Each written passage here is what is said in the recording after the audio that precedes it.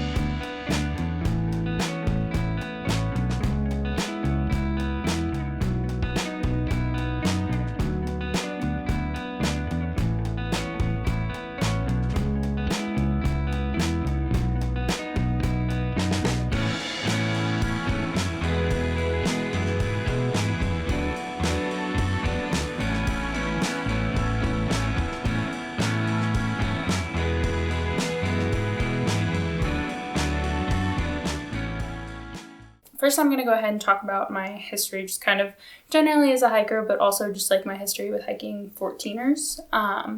So I do a lot of day hikes, especially since moving to Colorado, I've been getting out and day hiking a lot more, trail running, that kind of thing. And then I've only done one backpacking trip. That was my river to river hike that I posted a video on. And usually when I hike, I feel really positive. It makes me feel really healthy and strong and good about myself. But occasionally I do have pains or troubles breathing, especially if there's more elevation. But honestly, it's usually not too bad. It's something I can work through.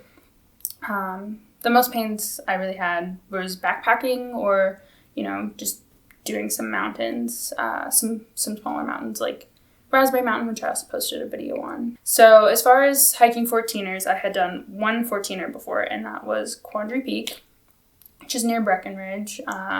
We did that in the summer of 2019, and I struggled a bit on that one, but it's a steady incline most of the way up, so I just took a lot more breaks than Nick, but I wasn't really dying, it wasn't too intense. But then at the top, that was when I really started to struggle, because when you get to the last half mile, it's just like 1,000 feet of elevation change right in there. So, there were still some big snow patches in July of that year, and Nick was saying that we needed to be heading down at a certain point because of slush and stuff like that. So probably 3/4 of the way up that bit, like the last half mile, I sat down and started crying because I was so scared I wasn't going to make it. And I mean, the rest of the way up, I felt totally confident, never questioned for a second whether I was going to do it. But at that point, I got really scared that I wasn't going to be able to do it, because I thought, we have to go back down. The snow's going to be too bad. And I was really afraid that it was going to haunt me if I didn't get up there. So, but we kept going and summited. And after doing Quandary Peak, I honestly felt like I could totally do more 14ers, no problem. Even with that last half mile, I was like, I did this. I can go and hike all of them now. It's going to be great. And then, we cruised down. So that's just kind of, my history with hiking in general and hiking 14ers and just like where I was at when I started hiking 14ers this year. So now we're going to go ahead and fast forward 1 year from doing Quandary Peak to pretty much exactly a year later, a year and a week, to when we decided to hike Mount Yale, which is a class 2 14er near Buena Vista, Colorado, but according to the Colorado 14ers book that we have, it's sitting right over there. That's why I looked to see what it's called. According to that, it's easier than some of the nearby peaks. And we really chose to do this one because it's 2 hours from us. And there are a couple others like Harvard and Princeton that are right there. And I really wanted to do Harvard because I was like, oh, it's the third tallest one in the state. Like, that'd be so cool. But Nick was like, Yale's easier. Let's do Yale. We haven't done one in a while, which good call, you know? So, and just for reference, Quandary Peak was a class 1. So it's more popular and a lot more people do it, and it's easier. Can 14ers be easier? No. So anyway, we did that one on July 16th. So, and I knew it would be a rough start because we had to get up at 2 a.m. and drive to it because we live here in Colorado Springs, and the only 14er that's, you know, anywhere near us is Pikes Peak, and we're not ready for that yet. So the bar trail is literally 12 miles just to get up. It's literally a whole 24 miles. Yeah, I thought I was ready for that when we moved here. Guess what? So we got there around 4:30. There really wasn't anybody else in the parking lot. It was still fully dark. It was pretty brutal for me immediately. I had labored breathing on the incline, and I remembered this struggle a little bit from Quandary, even though Quandary hadn't been, the worst all the way up. I remembered, starting it and immediately, feeling pretty rough. So I wasn't super stressed at first. It was totally fine. And, except for all the giant rocks on the trail at the beginning, which we had to scramble over in the dark, it wasn't bad. I was like, this is okay. I know this feeling. I know this experience. But I really began to worry when we were getting further up. The sun had risen, and suddenly people were passing us. This woman passed us, and she started getting further and further away, even though she had been pretty confident that she'd been like, oh, I'm sure you'll pass me again. She just got so far away from us, and then I was like, am I a bad hiker? Like, can I even do this? Like, I'm struggling so much, and I can't pass this woman who said, oh, you'll pass me. And, it just kind of started to really make me doubt myself. And then Nick started pulling ahead significantly, and he had to keep stopping and waiting for me.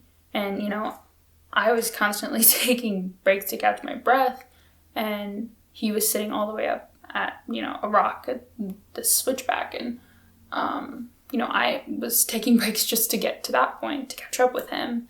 And it felt awful to be working so hard and then feeling like I really wasn't making any progress. Every time I would walk, I would just feel like I wasn't really getting anywhere because Nick was so far ahead of me waiting, and I would try to get to the point that he was at for a break, but I would have to stop before that to catch my breath. And seeing him looking back from me at switchbacks he didn't need to stop at, he could have kept going beyond that, and I was the one he was stopping for. And that was pretty rough, and it was just, I knew that I was holding him back, but I couldn't move any faster. And I needed every single break I took to keep going. And, it was just kind of hard to know that, I'm the weakest link here. Like, I'm the one who can't do this. You're totally fine. You could make it all the way up this mountain without me. But, like, I need to rest way more. And it was just really, really bringing me down.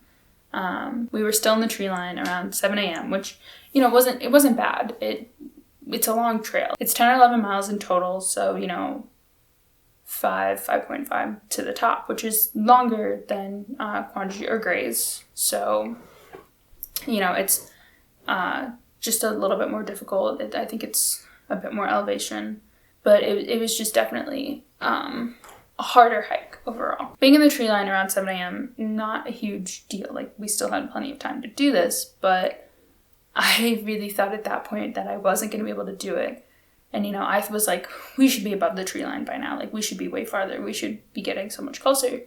And I just really wasn't considering that this trail was different than Quandary in a lot of ways.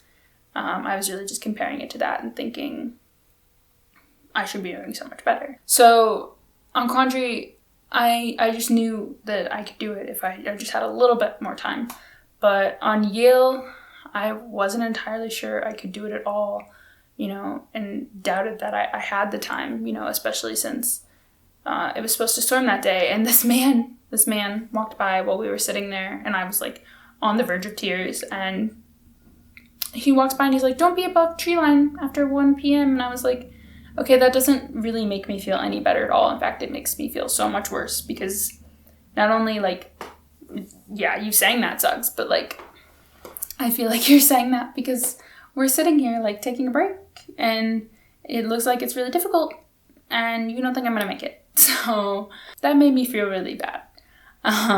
Sooner I rode the tree line, but it really felt like it took forever to get there. And, you know, I had been worried about getting to this point at all, honestly. I was like, I don't even know, like, where's the end of tree line? Like, are we even gonna make it? And so it was, at that point, I had kind of come to peace with a DNF. I did not finish.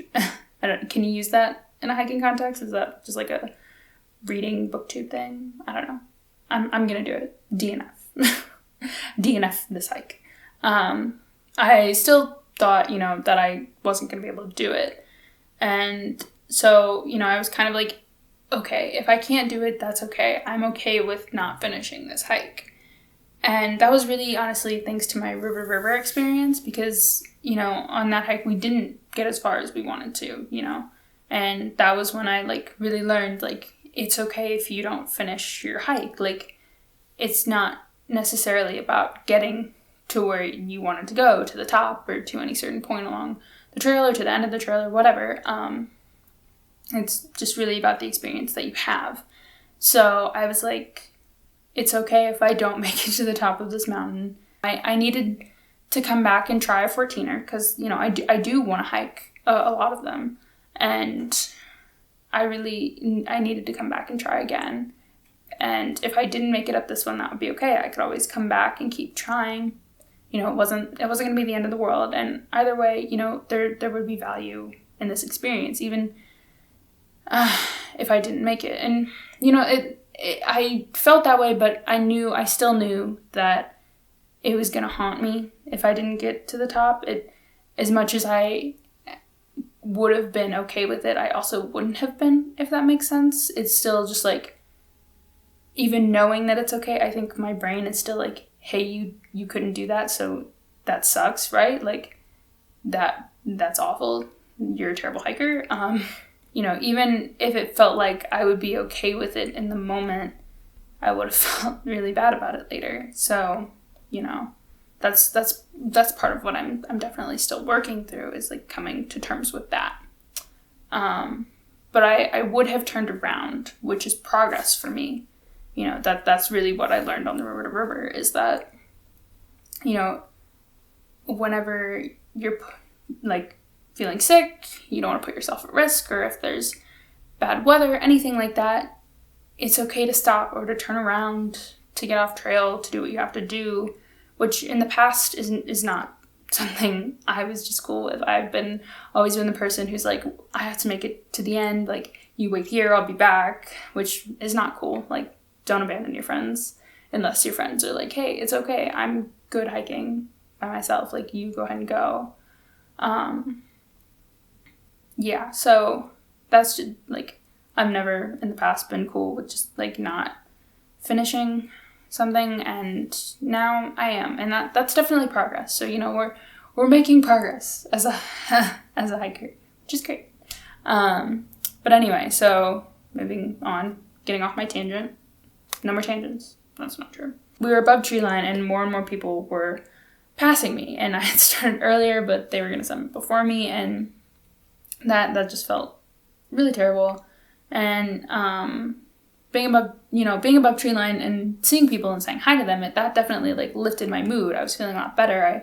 I really enjoy, having the hiking community around me, seeing other people doing it, and even during pandemic, like people were like turning away, wearing masks, that kind of thing, but it's still nice to see other people on trail and to see that community. But, still each person that passed still made me feel a little bit worse about myself. And that kind of goes in conjunction with the satisfaction that I felt later with passing people back, which I don't love that feeling at all. I hate it. It's really, you should be hiking your own hike, going at your own pace. And yeah, but I mean, here we are. That was a feeling I was getting, and it's not something I'm proud of, and I really am trying to focus more on existing in the hike and accepting what it gives rather than focusing on who summited first or at all. That's not the important part, for sure. I don't want to feel like proud because I passed someone up. Like that's not the point. And I think it's just, because it feels so terrible to be passed by so many people, it's really nice to be able to pass someone, but that all of that's really something else that I'm trying to come to terms with. And all of this is just like not caring so much about that and, focusing on my hike. So we got up to like the really steep switchbacks. This part was similar to like Quandary Peak, where it's just a bunch of really steep switchbacks that are kind of just like straight up for a little while. And I started counting my steps, which I can't do this all the way up. It doesn't help me. But once I get to this point where I know I'm getting really close to the top, whatever really close may be, if I feel like I'm getting close, like when you get to this really, really rocky portion, in the Rockies, as I've experienced so far, that means that like you're getting there. You are like making it. And that's really where I've been starting to count. So I find this really, really helpful. It, it keeps me going at a specific pace. I thought I was going to be able to do like 100 steps and stop, but it was more like 50 steps and stop, which is fine. I'm doing my best. I'm doing what I can. And it was around this point that I really started to think I can do this. Like, I'm going to be able to make it up this. Like, I can do this. So we made it up that. Then there was this rock scramble that, was longer than expected. Then we were at the top of Mount Yale. And it was almost as good as being at the top of Quandary Peak, but like Quandary Peak was the first 14er I ever climbed. Like, nothing is ever gonna top that. That's just how it's gonna be. But it still felt really incredible after feeling like I wouldn't be able to do it. It felt so good to be up there after, honestly, at certain points, I was like, I know I can't do this. And to be up there and standing at the top was just like, okay, I really can do this.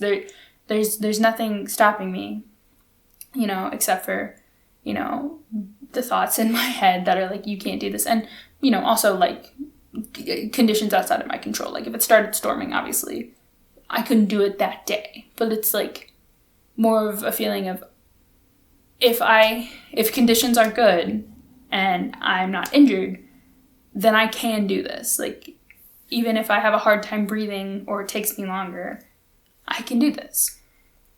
So, I had recognized the power and immensity of this mountain and my own shortcomings in coming to it, and I fought my way to the top. I'd given it everything I had. And, from one of the highest possible places, it was realizing that power in yourself as well as the even more astounding power of nature. And that's the feeling. That's the feeling that you get at the top of 14er. That just kind of sums up what it felt like to be at the top and to get there after having that experience I did on the way up. And just, to know that I earned it and I had been able to do it. And yeah, I'm not even really sure what else to say. There's just, it's the best feeling to be up there. And it's one of my favorite feelings. So, yeah.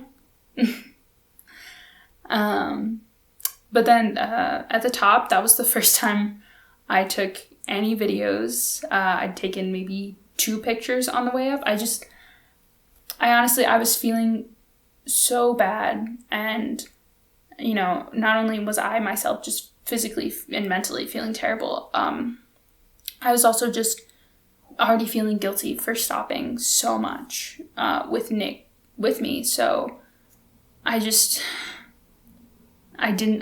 want to stop more to try and take videos because, that would just hold us back even more. So, on the way back down, we were cruising. Makes me feel so good to go down because I just cruise past people, which, like I said, shouldn't make you feel good. I digress.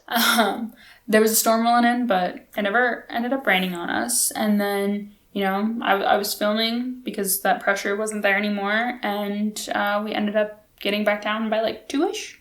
So, it's not like the best time ever, I'm sure. But,